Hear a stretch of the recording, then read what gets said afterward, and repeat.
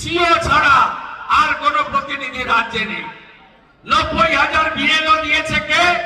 মমতা ব্যানার্জির সরকার। এই আরো কে? এই সরকারের ডিও অর্থাৎ ডিএমরা, তারাই ইলেকশন ভোট পরিচালনা করে। তারা ইচ্ছা করে পশ্চিম বাংলায় চাকরি চুরি, নারী নির্যাতন, সীমাহীন তোষণ এবং চারিদিকে যে ভ্রষ্টাচার, অত্যাচার, তার বিরুদ্ধে মানুষের যে ক্ষোভ, যে ক্ষোভে আগামী এপ্রিল মাসে এই রাজ্যে পদ্ম ফুটবে, কমল খিলবে, বিজেপি জিতবে, তাই তারা হয়রানি করছে সাধারণ মানুষকে। বিজেপিকে তার কর্মীদের দায়িত্ব নিয়ে এই স্থাবক প্রশাসনের বিরুদ্ধে লড়তে হবে। কথা আমি বাড়াবো না। এই বর্ধমান বিভাগে আমার 8টা সভা হয়ে গেছে।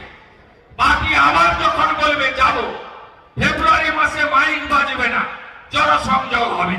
সব তফসিলি পাড়া, সব আদিবাসী পাড়া, প্রান্তিক মানুষের কাছে আমরা পৌঁছাবো।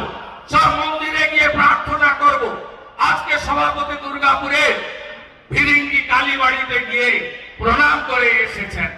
এর আগেও অমিত শাহজি কলকাতাতে তিনি প্রণাম করেছেন। জানেন, আপনাদের এই নির্বাচনে আমি আপনাদের বলে যাচ্ছি, পরিবর্তন হবে, হবে, হবে।